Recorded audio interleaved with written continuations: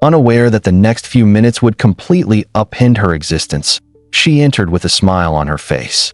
And in a matter of seconds, doctors revealed a fact that no mother should hear, causing Catherine's composed facade to crumble and tears to flow down her cheeks. Why was this test kept secret until now? Why didn't the palace see it coming? And more importantly, what could this mean for the monarchy and for Prince Louis? Behind the royal smiles and carefully staged appearances, insiders suggest something serious may have been quietly unfolding inside palace walls for weeks. What happened next reportedly caused panic inside the royal household and raised a troubling question the palace still hasn't answered. To understand why this moment shook the entire royal system, we have to go back to the small warning signs everyone else overlooked. It started as what seemed like a routine call inside the palace, something that happened often enough that it barely raised concern. The tone was calm, the request polite, the kind of quiet message that Catherine, Princess of Wales, had answered countless times before. There was no urgency in the voice on the other end, no hint that anything unusual had happened, just a gentle request for her presence. But later, people who witnessed that moment would say something about the timing felt strange, almost as if the atmosphere inside the palace had shifted before she even stepped into the room. The palace corridors were unusually quiet that morning. In royal residences, silence is common, privacy is part of the culture, but this silence felt different. Heavy, controlled. When Catherine entered the medical wing where she had been asked to come, the environment immediately felt more clinical than expected. The lighting was dimmer. Conversations stopped when she walked in, and the expressions on the faces waiting for her were far too serious for what she had been told were simply routine evaluations. Prince Louis had undergone developmental assessments before. Palace staff had explained them as precautionary check-ins, standard monitoring that many children experience. Nothing to worry about, they had said. Nothing that required alarm. But the people standing in that room were not behaving like this was routine. Doctors spoke carefully. Their sentences were precise. Their pauses deliberate. Each word seemed chosen with extreme caution, as if they understood the weight of what they were about to say. And then came the kind of language that no parent is ever truly prepared to hear. They didn't speculate. They didn't soften the moment with reassurances. Instead, they spoke in a tone that suggested something had already been confirmed long before Catherine had walked through that door. As if the conclusion had been reached quietly, somewhere behind the scenes, and today was simply the moment she was being told. Witnesses would later recall what happened next. The room fell silent. A chair scraped sharply across the floor. Catherine's breath caught. Her composure, the calm royal demeanor she had mastered over years of public life, suddenly collapsed under the weight of what she had just heard. But the most unsettling part wasn't just the information itself. It was the realization that this may not have been a new discovery at all. Because the way the doctors spoke suggested something far more troubling. That the situation had been developing quietly behind layers of palace protocol, long before Catherine was informed. And almost immediately, the palace machinery shifted into motion. Within minutes, internal communication channels were shut down. Staff members were instructed to end conversations mid-sentence. Phones stopped ringing. Doors that were usually open to aides and assistants suddenly closed. Orders were issued quickly, but explanations were scarce. Was this about protecting a young prince, or protecting the institution itself? Observers noticed that Catherine was escorted away from the room through a private hallway rarely used during regular palace activity.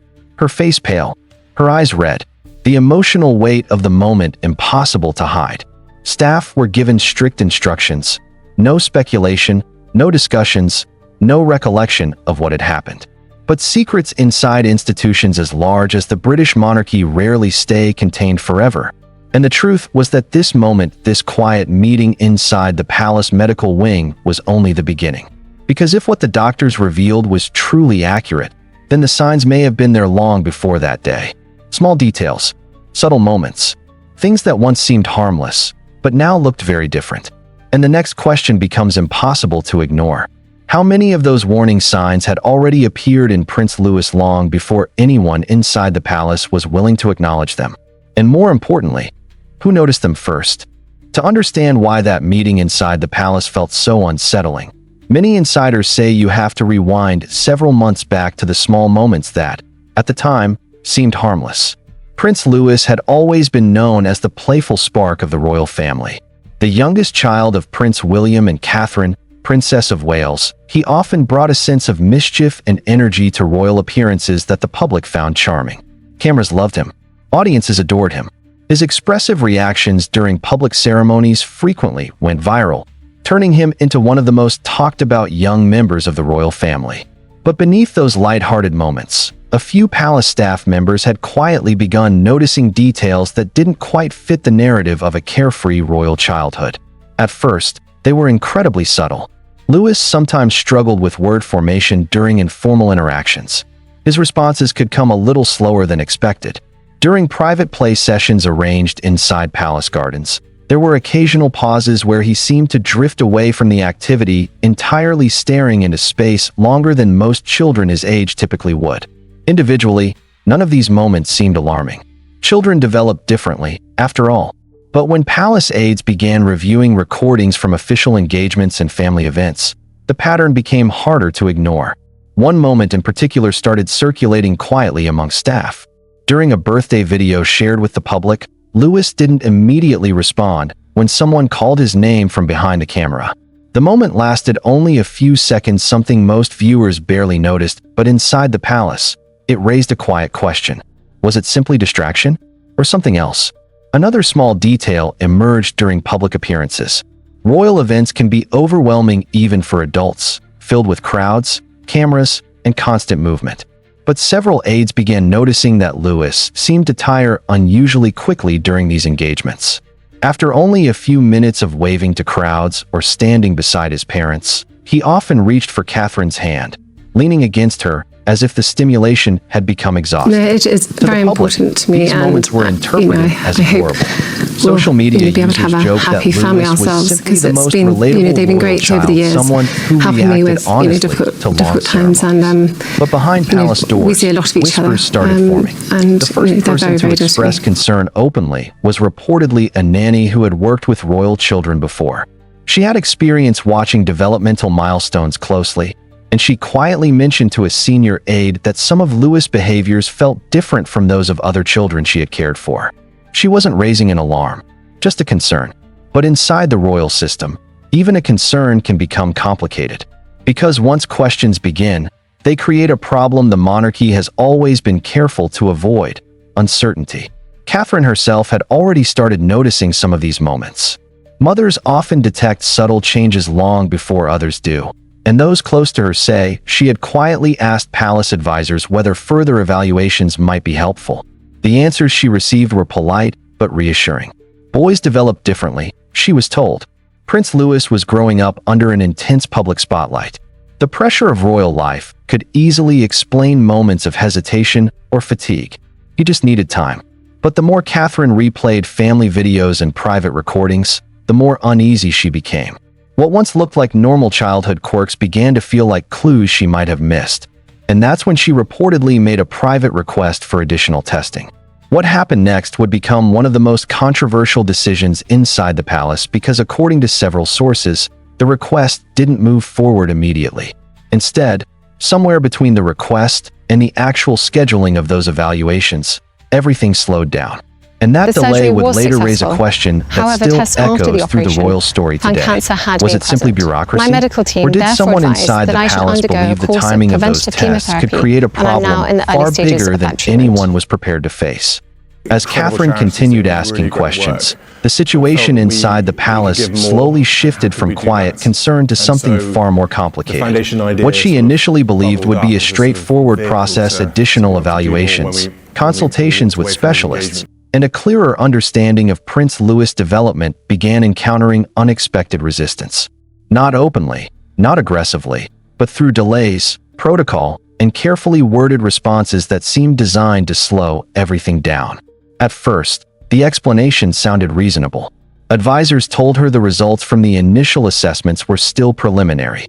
More time was needed, they said, before involving outside experts. Palace officials emphasized the importance of discretion, reminding Catherine that even the smallest hint of uncertainty surrounding a royal child could trigger an intense media reaction. Headlines, speculation, Endless analysis from commentators who knew nothing about the situation. This was the scenario they warned her about. But Catherine's concern wasn't about headlines. It was about answers. And according to several insiders, the deeper she pushed for clarity, the more she began sensing that something inside the palace system was quietly working against her urgency. Meetings were postponed. Follow-up discussions were rescheduled. Requests for second opinions from specialists outside the palace medical network were met with polite hesitation. Every response sounded careful and professional, yet the message remained the same: not yet. For Catherine, that delay became increasingly difficult to accept, because in her mind, time mattered. Sources close to the situation claim that one of the most tense moments occurred during a late evening conversation with a senior palace aide, someone who had long been considered one of Catherine's most trusted advisors. The discussion reportedly began calmly, but quickly turned emotional. Catherine questioned why additional consultations were being discouraged. Was the priority truly Prince Louis' well-being, or the palace's image? The aide offered explanations rooted in tradition. Royal families have always handled sensitive matters privately, he reminded her. Medical discussions involving heirs to the throne were historically treated with extreme caution. The monarchy, after all, is built on stability and confidence.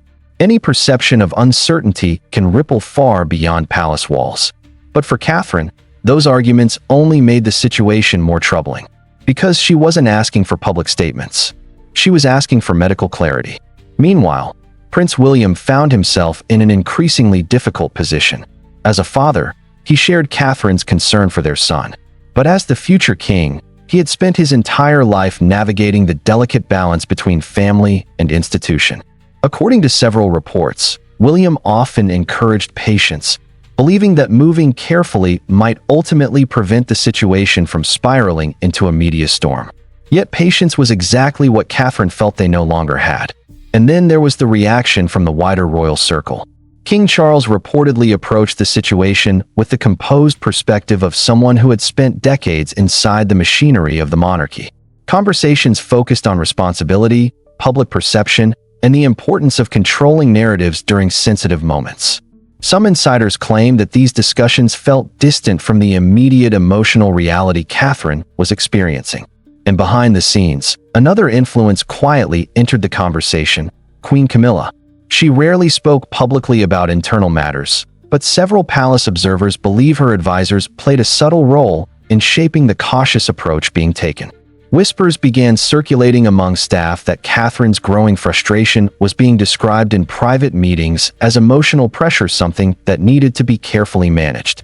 Whether those whispers were accurate or not, the effect was clear. Each door Catherine tried to open seemed to close faster than the last. What had started as a mother searching for answers was beginning to feel like a struggle against the very institution she had spent years supporting. And just as tensions inside the palace reached their highest point, something happened that no one had planned for. A single message would soon escape the palace walls. And once it did, the story would no longer belong to the monarchy alone. Just when the situation inside the palace seemed locked behind layers of protocol and silence, something unexpected happened. The carefully managed system that had kept royal matters private for generations suddenly faced a threat it was never designed to control: a leak. And not just any leak, an encrypted message that appeared without warning in the inbox of a veteran investigative reporter known for exposing stories others were too cautious to touch. At first glance, the message looked almost unbelievable. The subject line was vague, the sender anonymous, and the content highly sensitive. But as the journalist began reading through the attached material, one thing became immediately clear. Whoever sent this message had direct access to information that very few people inside the palace could have known. The file contained detailed medical terminology, dates of evaluations, internal notes describing behavioral observations, and most disturbing of all, references to discussions that had allegedly taken place among palace officials about whether those findings should remain confidential. The journalist hesitated. Publishing something like this carried enormous consequences. Royal stories already attract global attention, but this was different. This involved the health of a child, Prince Louis, the youngest son of Prince William and Catherine, Princess of Wales. But the document also raised a far bigger question. If the information inside the file was authentic, then the situation Catherine had only recently been told about might have been known internally for weeks. Once the reporter began quietly verifying certain details, the pieces started aligning in ways that were impossible to ignore. Certain dates matched known palace schedules. The structure of the internal memo resembled official communication formats used within royal medical departments.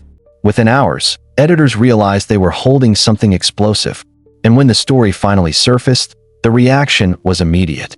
Newsrooms across the world picked it up almost simultaneously. Headlines appeared across television networks, digital platforms, and international newspapers. Social media erupted with speculation, sympathy, and confusion. The hashtag #PrayForLewis began trending globally as millions of people tried to understand what had actually happened behind palace walls. But inside the palace, the leak triggered something closer to controlled panic. Emergency meetings were called almost immediately. Communications teams scrambled to monitor the spreading reports, while legal advisors debated how much of the story could be addressed publicly without confirming the details. The challenge was simple but devastating. The story was already out, and the palace had not prepared a response. According to several insiders, Catherine did not hear about the leak through an official briefing. She reportedly discovered the news the same way millions of others did through a notification on her phone, a headline she had never approved, describing a situation she had been struggling privately to understand. What shocked her most, according to those familiar with the moment, was not the journalist or even the leak itself. It was the realization that someone inside the system had felt desperate enough to release the information. Because leaks like this rarely happen without a reason. Was it an act of rebellion from someone who believed the truth was being buried? Was it a calculated attempt to pressure the palace into transparency? Or could it have been something even more complicated, an internal power struggle spilling into the public arena? Inside the monarchy, control of information has always been one of the institution's strongest defenses. Stories are carefully timed. Narratives are shaped with precision. Every detail is managed to protect stability.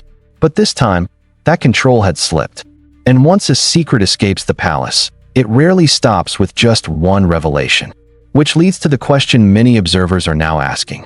If this message exposed only part of the story, what else might still be hidden behind those walls?